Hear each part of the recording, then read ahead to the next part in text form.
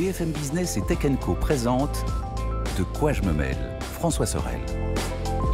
Notre deuxième partie de quoi je me mêle avec beaucoup de plaisir. J'accueille Christophe Joly qui est de retour. Salut Christophe. Salut François.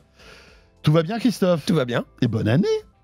Oui, bonne année, dis donc. Oui, parce qu'on on est déjà presque à la fin du mois. Et... ouais, mais on a encore quelques jours pour te souhaiter... tous mes vœux de succès. Voilà, et tous nos vœux, mon cher Christophe, aussi pour toi. Et on nous souhaite, toi et moi, encore plein de chroniques nostalgiques, parce qu'on adore ce rendez-vous. Avec grand plaisir. Qui nous permet de nous replonger un peu les sujets sont infinis. Dans l'histoire abracadabranque de la tech, avec des innovations qui, aujourd'hui, ont révolutionné notre quotidien. Ça va être encore le cas aujourd'hui, puisqu'on va évoquer un truc qu'on utilise quasi au quotidien, le QR code. Voilà, le QR code.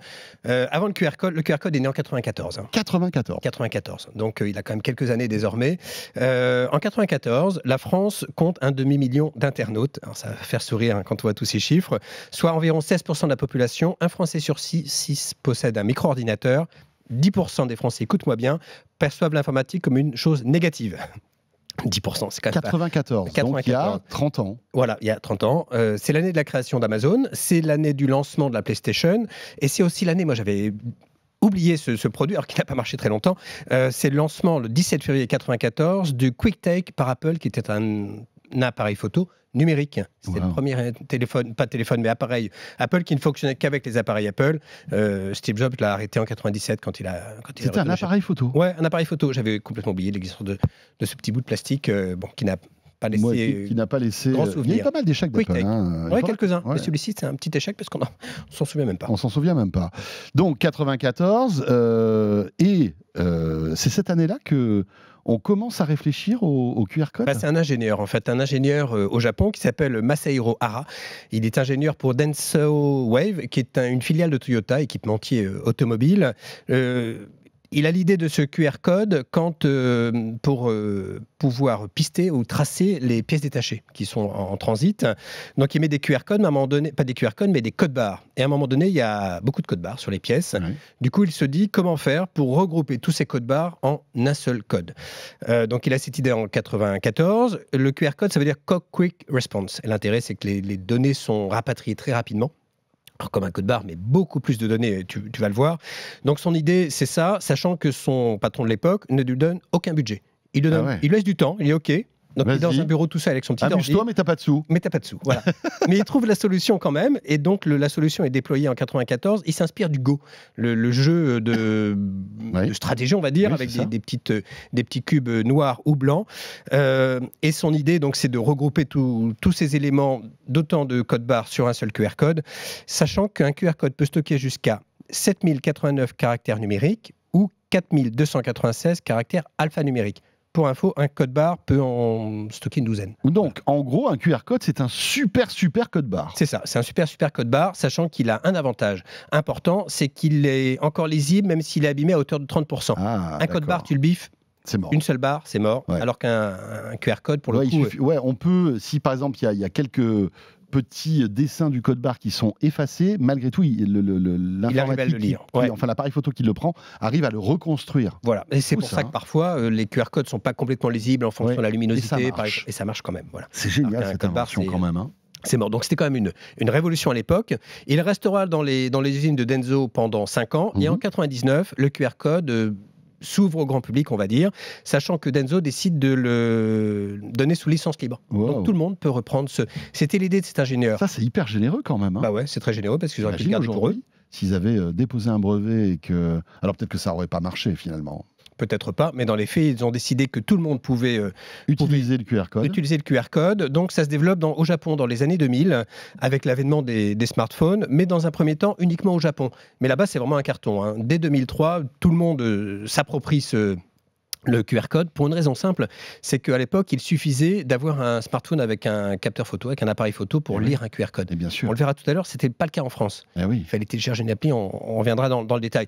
Mais là-bas, un point tel que certains faisaient tatouer un QR code sur le bras avec leurs coordonnées, leur numéro de téléphone ou leur carte de visite. C'est quand même étonnant parce qu'un tatouage, ça a vocation à être pérenne quand même. Pour moi, tu es sûr que tu as toujours tes coordonnées sur toi, quoi. Voilà. C'est pratique. Sachant que l'iPhone ne permettra de lire les QR codes de façon directe que bien des années après, ce que permettaient les smartphones au Japon. Donc il faudra un petit peu de temps pour que le QR code sorte du Japon, s'attaque aux autres pays. Je vais donner quelques données intéressantes, parce que le QR code au début est perçu comme un gadget. Je ne sais pas si tu te rappelles, au moment où on commençait à en parler au début des années 2000, moi j'étais à 20 minutes, on commençait à faire des papiers là-dessus, mais on voyait que ça ne perçait pas en fait. Les gens n'avaient pas encore le réflexe de se... On ne savait pas trop à quoi ça servait finalement. On savait pas trop à quoi ça servait. Mais il s'est passé quelque chose qui a vraiment changé la donne. Bien sûr. Mais pendant que le QR code se développait au Japon, la France a lancé le flash code. Voilà, le flash code, c'est la même idée. C'est ce qu'on appelle un code en 2D, en 2 dimensions. D'accord. C'était créé par l'Association française du multimédia mobile. C'est une technique analogue qui s'appelle Data Matrix. Là, l'inconvénient, c'est qu'il fallait télécharger l'appli flash code pour pouvoir lire le QR code. Donc il fallait passer via l'appli. C'est une passerelle qui... Donc à partir du moment où tu téléchargeais pas l'appli, ton appareil photo ne décodait pas le QR code. Donc c'était un problème. L'autre particularité, c'est que ça passait via les opérateurs de téléphonie mobile. C'est eux qui redirigeaient ensuite vers un site web. Et comme à l'époque, c'était assez cher, ils refacturaient à la hauteur de ce que tu téléchargeais comme contenu. Donc, voilà. C'était pas terrible. C'était pas terrible. Ça coûtait, c'était pas très intuitif. L'autre inconvénient, c'est que les touristes étrangers ne pouvaient pas utiliser le flash code. Et oui, puisque c'était français. Parce que c'était français et lié aux opérateurs français. Okay. Alors désormais, c'est aussi en utilisation libre. On peut quand même reconnaître au QR code d'être rentré dans le Robert et le Larousse. La définition, c'est nom masculin, code barre 2D de la marque de ce nom. Voilà, ils ne sont pas cassés la tête. Okay. C'est le nom du flash code. On a aussi une autre particularité en France, c'est le 2D doc. Je ne sais pas si tu vois ce que c'est, mais quand tu payes une amende, ça t'arrive de payer des amendes? Ça m'arrive, oui. Voilà. Eh bien, c'est du 2D doc. C'est l'Agence nationale des titres sécurisés qui a développé ce principe de QR code, donc spécifique, en 2012. Et ça sert aussi au pass vaccinaire, au pass sanitaire. Oui, le pass sanitaire. Pendant le Covid. Mais tiens, tu parlais d'amende. Il se trouve que j'ai dû en payer une il n'y a pas longtemps. Et je me suis dit, tiens, j'ai téléchargé l'appli sur mon iPhone.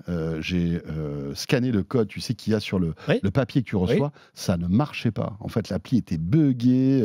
C'est un truc, d'ailleurs, là, je ne sais pas, moi, s'il y a des développeurs ou s'il y a des responsables de cette appli qui nous écoutent, qui nous regardent, checker, parce que franchement c'est inutilisable. Donc tu n'as pas pu payer ton amende? Oui, il a fallu que je recopie le numéro télépaiement sur l'application, mais c'est dommage parce qu'un QR code c'est vachement plus pratique. Oui, c'est quand même beaucoup plus pratique et c'est direct. Alors il faut savoir double peine, tu payes et en plus ça marche pas. Voilà. Donc, c'est quand même... il faut savoir qu'à ce moment-là, en 2012, 97% des Français, selon une étude de INC, ne savent pas ce qu'est un QR code. 97%. En 2012 En 2012. Donc, il y a encore du boulot. Et 6% des Américains ont utilisé un QR code une seule fois. Donc 6% en une fois. Donc il y a beaucoup de travail. Bon, tu sais ce pourquoi le QR code s'est développé? Évidemment. C'est la fameuse pandémie. Ça a explosé. Vraiment, le QR code, ça servait au pass sanitaire, mais ça servait aussi au restaurant. C'était l'avantage de ne plus manipuler les menus. Le sans contact. Le fameux sans contact. En fait, un sans contact, sans NFC, quoi. C'est-à-dire très simple d'utilisation. Voilà. Puis vraiment simplissime. Bien sûr. Effectivement, tu l'as dit. Un chiffre qui permet de mesurer l'importance du QR code et là où ça a explosé pendant le Covid. Le 13 octobre 2021, 600 millions, quasi 600 millions de certificats européens ont été utilisés via un QR code. Waouh. Voilà, 600 millions. Et en France, 137 millions de certificats sur une seule journée. Il y a un peu plus de 66 millions d'habitants, tu te rends compte? Donc c'est quand même très conséquent. Incroyable. Aujourd'hui, ça permet quoi le QR code? On va le voir ensemble rapidement. Ça permet d'aller sur un site web, de regarder une vidéo, de se connecter à une borne Wi-Fi. Je ne sais pas si tu te rappelles, mais quand il faut taper le code WPA, c'est quand même vachement plus facile avec un... Ça, c'est super pratique, en fait. Ah oui, c'est quand même pratique. Si tu veux partager ta connexion Wi-Fi à la maison avec quelqu'un, ça prend quelques instants. Tu peux consulter un menu, effectivement. Tu peux aussi payer. Il y a des solutions désormais de paiement. Tu bouges pas ta table et tu payes via un QR code. Ouais. C'est une appli qui s'appelle Sunday, notamment, qui permet de faire ça, et c'est super simple.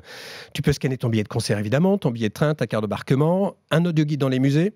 Tu peux, sur ta télé, te connecter à Netflix, par exemple. Il y a le QR code qui affiche à l'écran, envoyer des questions. Ça t'évite de rentrer ton login et ton mot de passe. Voilà. C'est vachement plus rapide. C'est quand même beaucoup plus rapide. Tu peux faire des paiements, on l'a dit. Tu peux avoir des cartes de visite, ajouter un événement dans ton agenda. Ça sert vraiment à beaucoup, beaucoup de choses.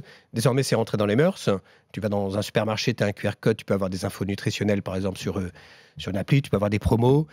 Et en 2013, il y a même un truc, moi, que je trouve un peu glauque. Il y a des QR tombales qui ont été lancés. C'est-à-dire que tu as un QR code dans les cimetières, sur les tombes, qui permettent d'avoir des souvenirs, des petites vidéos de la personne décédée. Wow. Je ne sais pas dans quelle mesure. Moi, je trouve ça glauque. Ouais, c'est un peu glauque. Mais ça entretient la mémoire, disent les fondateurs, les créateurs de ce QR code. Alors moi, je suis pas fan, mais Après tout, chacun fait ce qu'il veut. Après, voilà. Chacun est maître de la manière dont il veut qu'on garde un souvenir de lui, c'est sûr. Mais c'est assez étonnant, tiens. Voilà, c'est assez étonnant. Alors désormais, le QR code, on l'a dit, fait partie de notre quotidien. En 2022-2023, l'augmentation est de 400% de l'utilisation de la génération des QR codes et de l'utilisation. 59% des Américains pensent que ça va s'installer sur la durée. 75% estiment qu'ils vont plus utiliser les QR codes à l'avenir. Et à ton avis, quel est le classement? Le top 5 des pays ont utilisé le plus de QR codes. Moi, j'étais un peu surpris. Tiens. Moi, je dirais la France. La France est 3e. 3e, d'accord. Ouais. Alors, tu prends le bassin des populations. Le premier, c'est les États-Unis. Les États-Unis, bien sûr. C'est pas déconnant. Ouais. Le deuxième, c'est l'Inde, mais la France est 3e. Ok, pas mal quand même. Pas mal quand même, oui, parce qu'on est presque à 500 millions Et c'est dû à quoi, ça? C'est le stop Covid, tu crois, ou... Je pense que ça fait partie des choses. Peut-être qu'on est plus en avance au niveau de l'installation du nombre de smartphones, parce que c'est très indexé à ça. Et puis c'est vrai qu'il y avait une obligation quasi en France, à l'époque de tous anti-Covid. Il fallait que tu scannes ton QR code pour pouvoir... scanner sur toi. Tu scannais ton document de vaccination pour que ça arrive sur ton téléphone. C'est ça. Pour que tu aies ton passe vaccinal après. Donc on était un peu obligé. Alors tu peux voir le papier, mais dans les faits, c'était quand même beaucoup plus pratique. Tu étais sûr de l'avoir toujours sur toi. Et le 4e, c'est la Grande-Bretagne. Et le 5e, c'est le Canada. Globalement, on se sert, je ne sais pas toi, dans quelle proportion tu te sers des QR codes et pour faire quoi? Moi, c'est le resto. La plupart du temps, c'est le resto, vraiment. Bon, ça concerne la grande majorité. Je me sers de Yuka, mais Yuka, c'est pas le QR code, c'est le code barre. C'est le code barre, effectivement. Tu sais, quand tu vas faire tes courses et tout, tu regardes un peu les propriétés nutritionnelles. Tu as plus d'infos. Globalement, la moitié des utilisateurs se servent de QR code pour aller vers un site internet, une URL, donc consulter un menu, effectivement. L'autre moitié, un peu moins de la moitié, un tiers, c'est pour récupérer de la data, une vidéo, quelque chose qui est stocké sur le QR code. Donc on télécharge un élément qu'on va récupérer, puis ensuite c'est l'échange de carte visite ou de choses comme ça. Le paiement fait partie des choses qui vont se développer. Selon une étude Juniper Research, d'ici 2025, le paiement par QR code va générer 3 000 milliards de dollars. 3 000 milliards. Donc ça veut dire que ça va vraiment s'imposer. Est-ce que c'est sécurisé, le QR code? C'est le sujet. Tu as deux types de QR codes. Tu as les QR codes statiques qui, eux, sont figés et qui peuvent être reproduits. C'est le problème des billets de concert, par exemple. Si je te revends un billet de concert avec un QR code, tu vas scanner le code, ça va passer, tu vas rentrer dans la salle. Si je le revends à plusieurs personnes, ceux qui vont passer après, ça va être déjà scanné. En fait, comme il aura été validé une fois, c'est mort. Ça ne marchera plus. Voilà. Donc la solution, c'est le QR code dynamique qui est renouvelé. C'est ce qu'ont fait certains revendeurs officiels, distributeurs des tourneurs de concerts. C'est que le code est rafraîchi toutes les 30 secondes. Ça peut être paramétré. Et du coup, le téléphone est associé au QR code et tu ne peux pas le reproduire. Donc ça, c'est relativement sécurisé. Ensuite, ça dépend de la nature des infos qui sont sur le QR code, mais si tu te souviens, le QR code du pass sanitaire de Emmanuel Macron et de Jean Castex avait fuité sur le web, avec des infos confidentielles. C'est sûr. Donc c'est relativement sécurisé, mais il ne faut pas laisser traîner ces QR codes. Donc c'est pas une bonne idée de le mettre sur le web, par exemple sur les réseaux sociaux. Bien sûr. Oui, ou sur Twitter. Oui, comme tu le dis, sur les réseaux sociaux. Et il y a pas mal d'arnaques, notamment récemment, en un mot, sur une borne électrique. Des escrocs ont mis un autocollant avec un faux QR code qui est renvoyé vers un site factice qui récupère les données bancaires. Quelques personnes se sont fait arnaquer de quelques dizaines d'euros, mais soyez vigilants désormais à ce que vous scannez comme type de QR code. Oui, c'est vrai. Merci beaucoup, Christophe. Merci à toi. C'était passionnant, cette histoire. Donc, continuez à scanner, mais pas n'importe où. Qui fait partie de notre quotidien aujourd'hui. Oui, tout à fait. Merci, Christophe. Merci beaucoup. Christophe Joly, donc, pour terminer ce De quoi je me mêle, un grand merci de nous avoir suivis, d'être fidèles à ce rendez-vous. Bon week-end à vous toutes et à vous tous. Que vous soyez sur BFM Business, à la radio, à la télé, en podcast vidéo ou en podcast audio. Tiens, si vous êtes en audio, petit module bonus qui arrive juste après. Si vous nous téléchargez par exemple sur tous les agrégateurs de podcasts ou Apple Podcast, voilà, petit bonus qui arrive tout de suite. À très vite et merci de nous suivre. De quoi je me mêle sur BFM Business et Tech & Co.